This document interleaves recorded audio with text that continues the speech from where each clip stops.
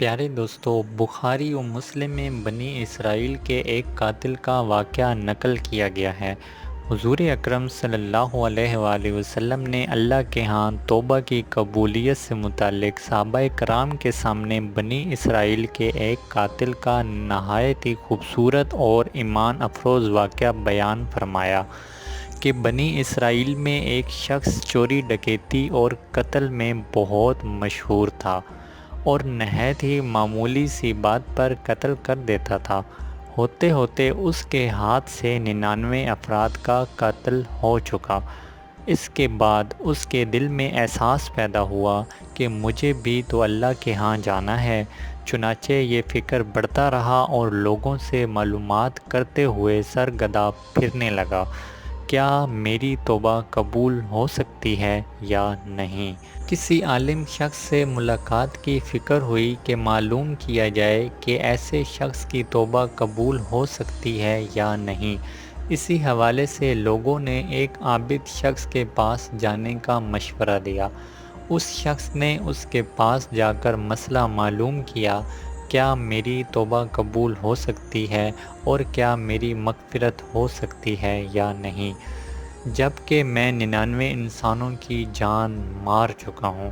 تو اس عابد شخص کو اس مسئلے کے بارے میں زیادہ معلوم نہیں تھا، تو اس نے اپنی عقل سے قیاس آرائی کی کہ جو آدمی 99 انسانوں کی جان مار سکتا ہے، اس کو مغفرت کہاں سے مل سکتی ہے؟ چنانچہ اس نے کہہ دیا کہ تیری توبہ قبول نہیں ہوگی۔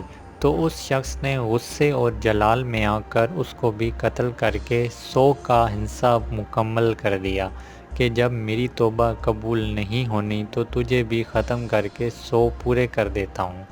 چنانچہ اس نے 100 کا حساب مکمل کر دیا، مگر اس کے دل میں پھر بھی یہ خیال تھا کہ میری مغفرت کی کوئی نہ کوئی شکل ضرور موجود ہوگی۔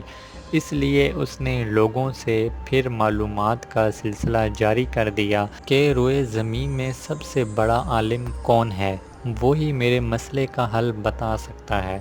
آخر لوگوں نے اسے بتلایا کہ فلاں جگہ ایک عالم رہتا ہے، اس سے جا کے معلوم کرو۔ چنانچہ اس نے اس عالم صاحب کے پاس جا کر اپنی زندگی کی ساری کارگزاری سنا دی اور 100 آدمیوں کو کس طرح سے قتل کیا، سارا کارنامہ سنایا۔ معلوم کیا کہ اب بتلائیے، کیا میری توبہ قبول ہو سکتی ہے یا نہیں؟ کیا اللہ کے ہاں مجھ جیسے گناہ گار کے لیے بھی مغفرت کا کوئی خانہ ہے؟ تو اس عالم صاحب کو چونکہ علم تھا تو اس نے بتلایا کہ تیرے گناہ معاف کرنے میں اللہ کے ہاں کوئی رکاوٹ نہیں۔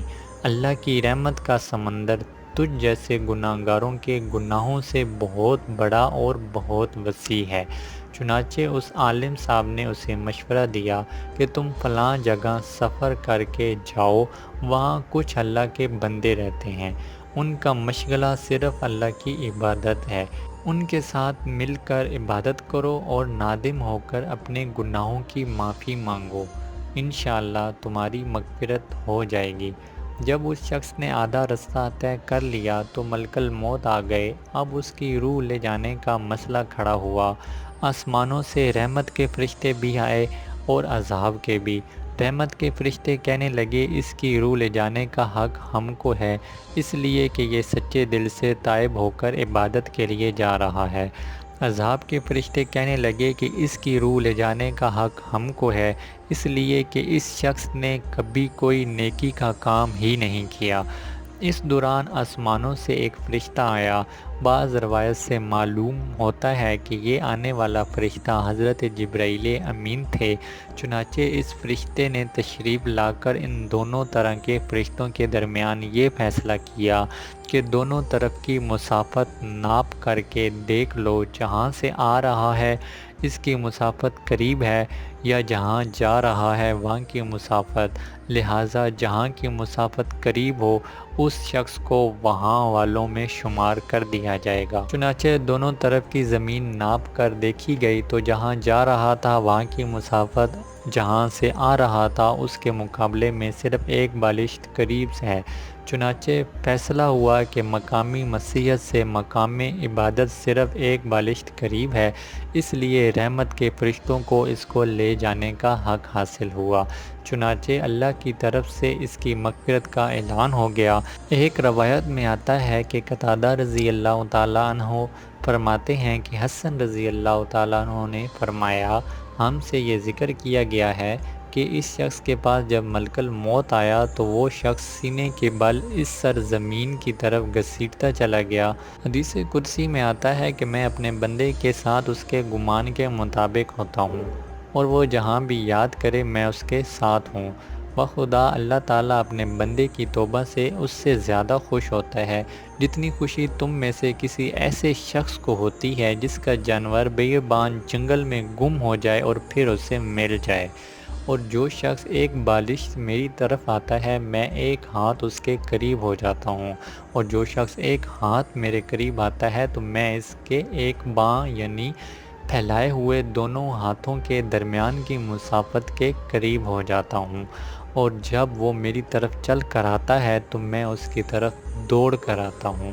حاصل، انسان جب بھی سچے دل کے ساتھ توبہ کرے تو اللہ تعالیٰ ضرور قبول فرمائے گا۔ انشاءاللہ یہ واقعہ خصوصاً ان حضرات کے لیے حوصلہ افزائی اور معاونت کا سبب ہے جو کہ بڑے بڑے گناہ کر کے اب مایوسی کی زندگی گزار رہے ہیں، کیونکہ شیطان انہیں مایوس کرتا ہے۔ بہرحال گناہ گار کو شیطان کی باتوں میں آ کر مایوس نہیں ہونا چاہیے، بلکہ اللہ کی رحمت سے اچھی امید رکھ کر سچی توبہ کے ذریعے اپنے آپ کو پاک و صاف کر لینا چاہیے۔